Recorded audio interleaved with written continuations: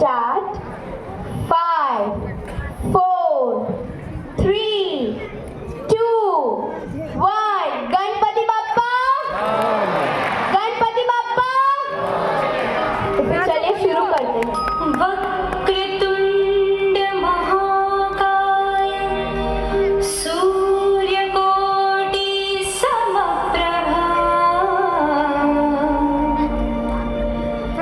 निर्विघ्नं कुरु मे देव सर्वकार्येषु सर्वदा।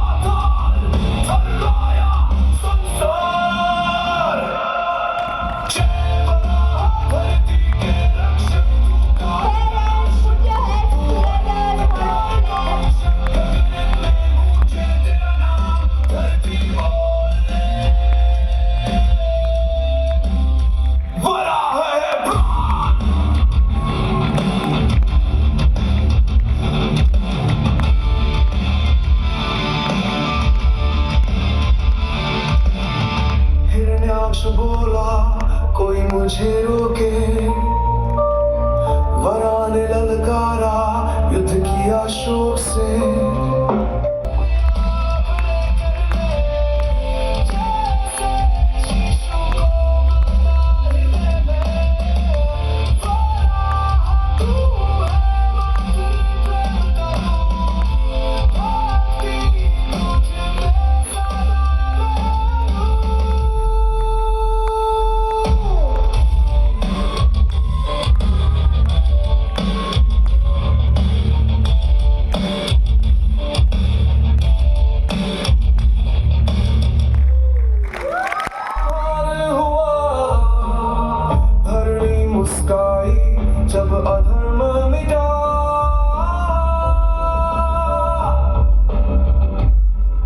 जय देवरा धरती के रक्षक, तू काल का नाशक, तू अंधकार का भक्षक, गगन में गूंजे तेरा नाम, धरती बोले वराह है प्राण।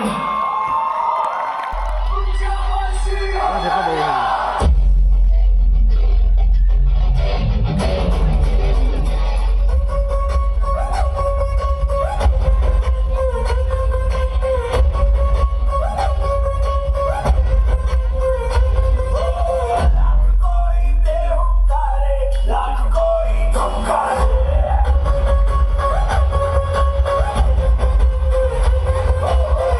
तेरी राहों पे चलते हम नहीं रुकने वाले।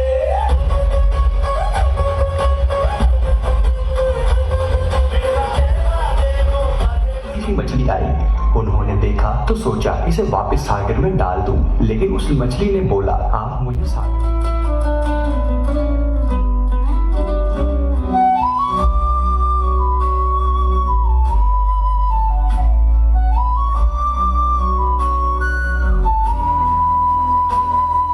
जल में विष्णु का रूप छुपा अवतार,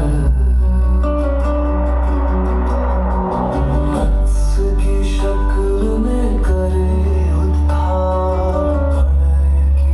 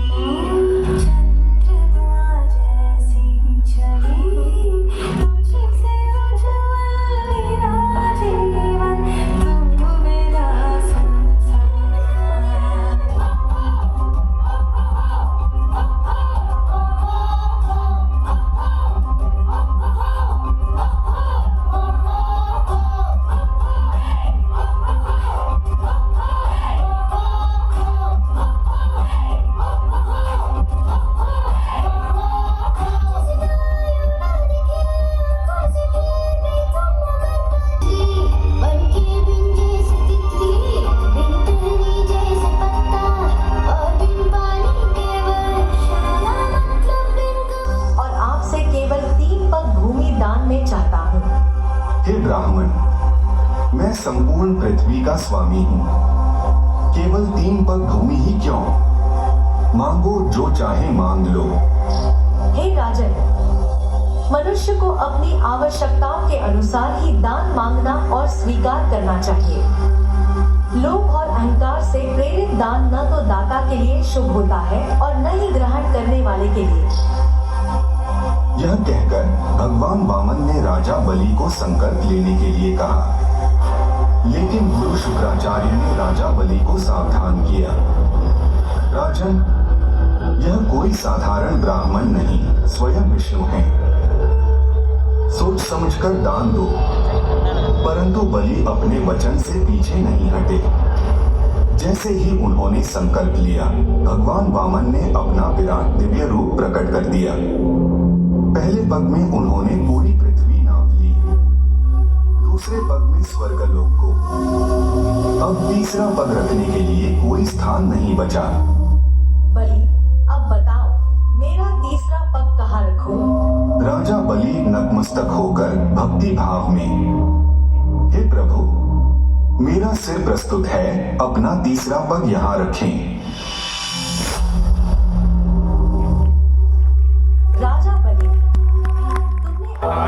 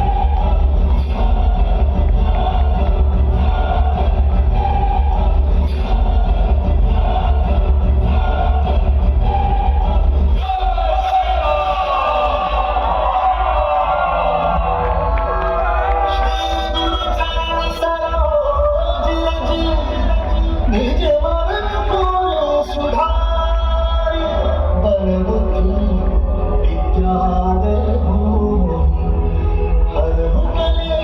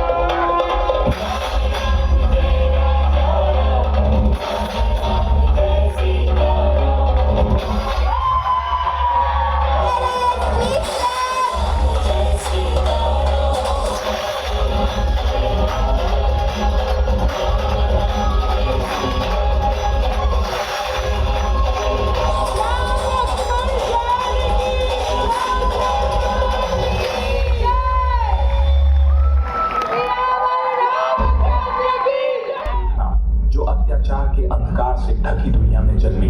मथुरा में एक भविष्यवाणी ने क्रूर राजा कंस के हृदय में भय भर दिया।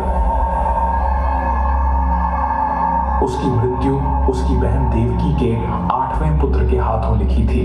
आतंक और क्रोध से भरे कंस ने देवकी और उनके पति वासुदेव को बंदी बना लिया और कसम खाई कि वे जितनी भी संतान को जन्म देंगे वह उन्हें खत्म कर देगा। उसने देवकी के एक एक कर सभी बच्चों को निर्दयता से अंत कर दिया।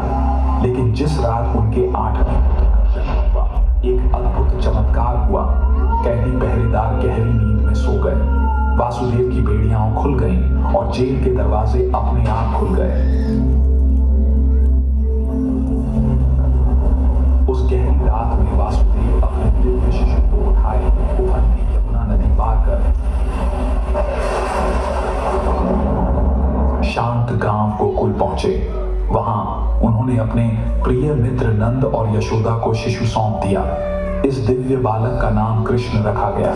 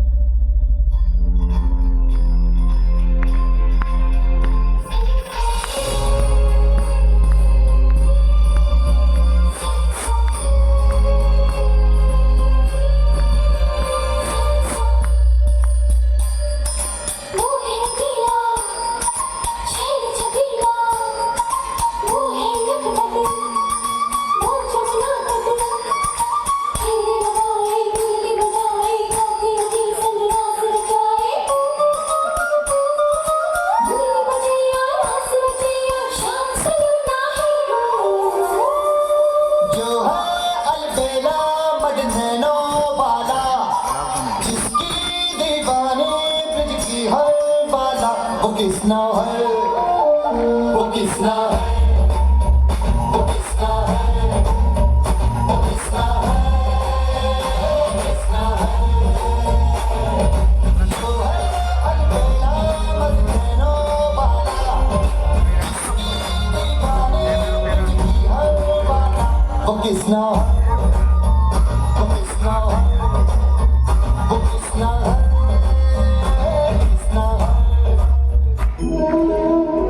मैं राधा का गुमान हूँ, मैं मीरा का मान हूँ, मैं हर माँ की खिलखिलाती गोद में हूँ, मैं प्रेयसी के हास्य विनोद में हूँ।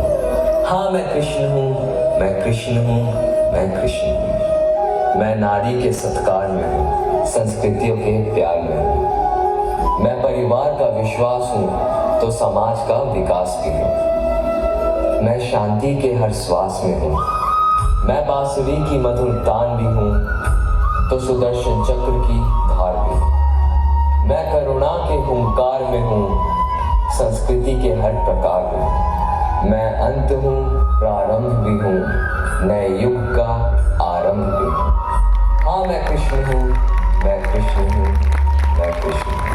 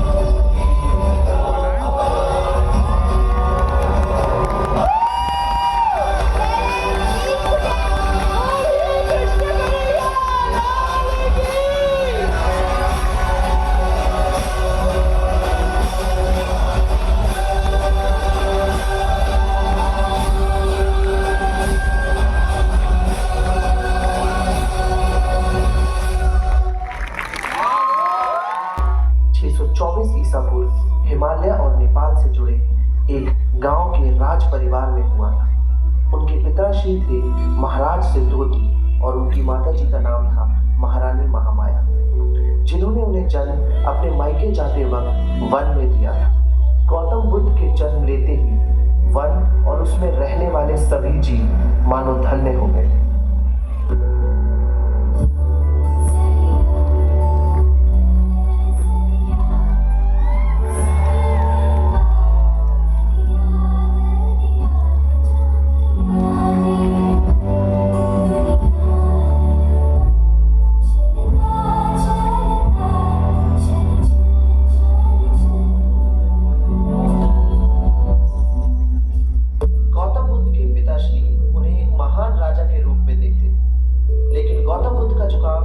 राजपाट से परे इस दुनिया में छुपी अनेक सच्चाइयों को ढूंढते थे।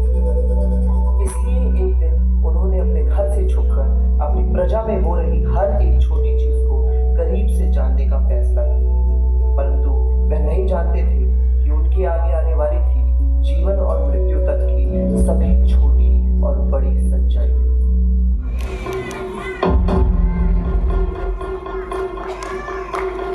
धुआं धुआं धुआं धुआं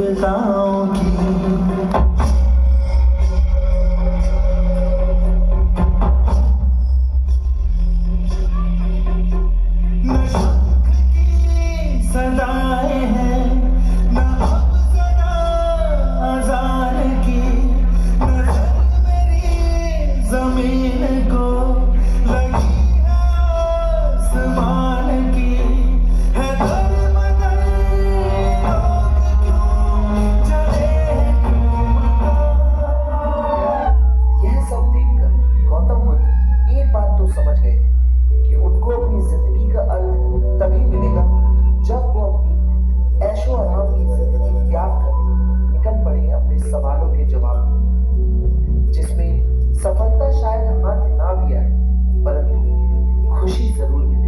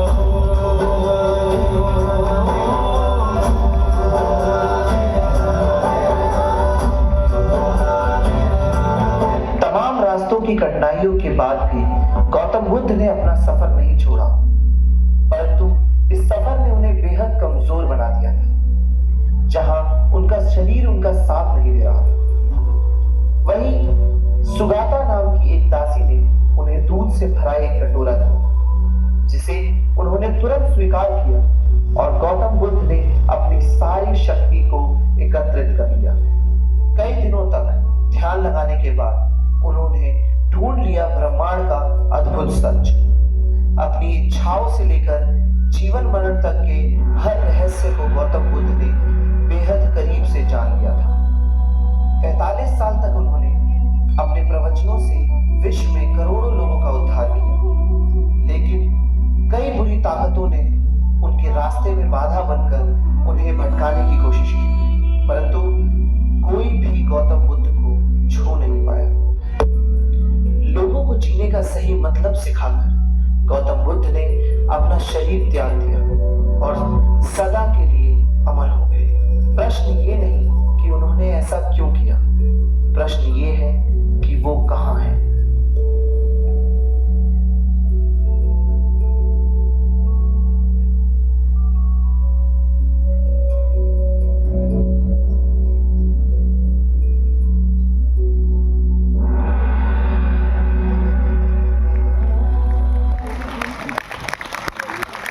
चारों ओर छल और कपट का ऐसा बादल छाया है, क्रूरता के तेजाब की ऐसी वर्षा हुई कि सारा संसार नरक के दरिये में डूब गया। कलयुग अपनी चरम सीमा पर पहुंच चुका है।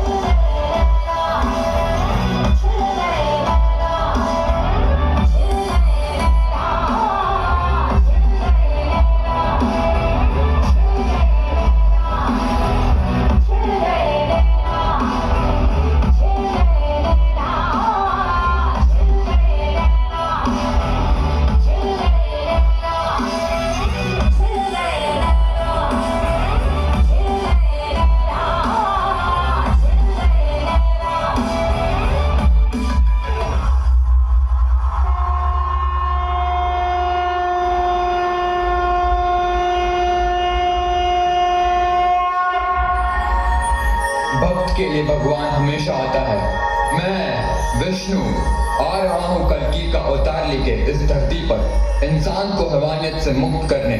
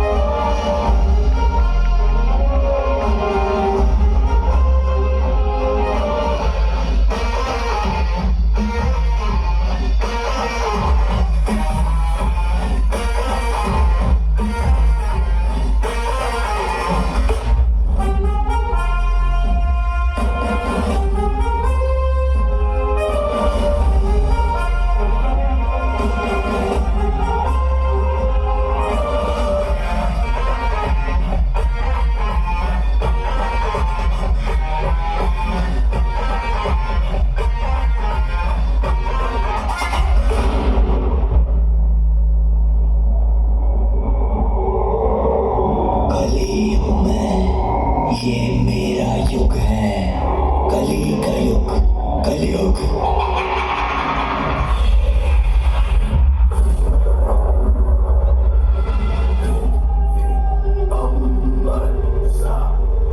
समंदर सारी दुनिया मेरे अंदर, मेरे इशारे झुकाते सितारे। मैं ही आत्मा, मैं परमात्मा।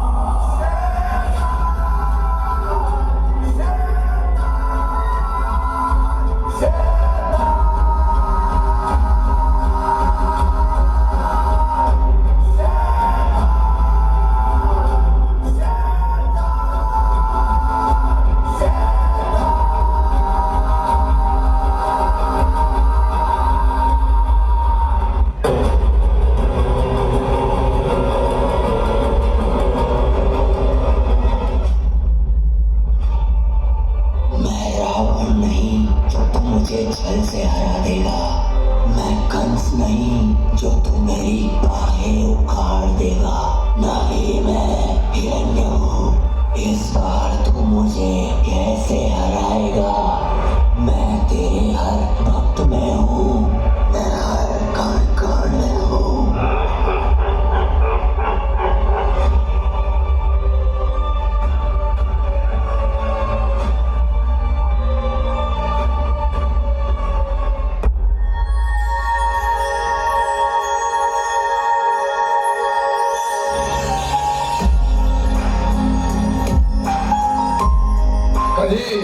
तू बोल मत, मैं अकेला नहीं हूँ, सातों अमर चिरंजीवी मेरे साथ है।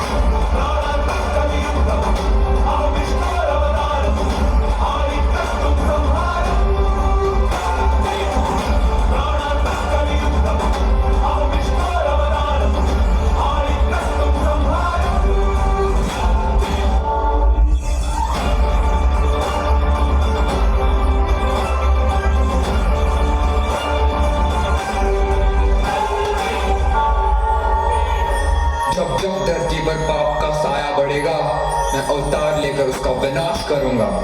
कलयुग का वह अंत अब फिर से होगा सतयुग का आरंभ।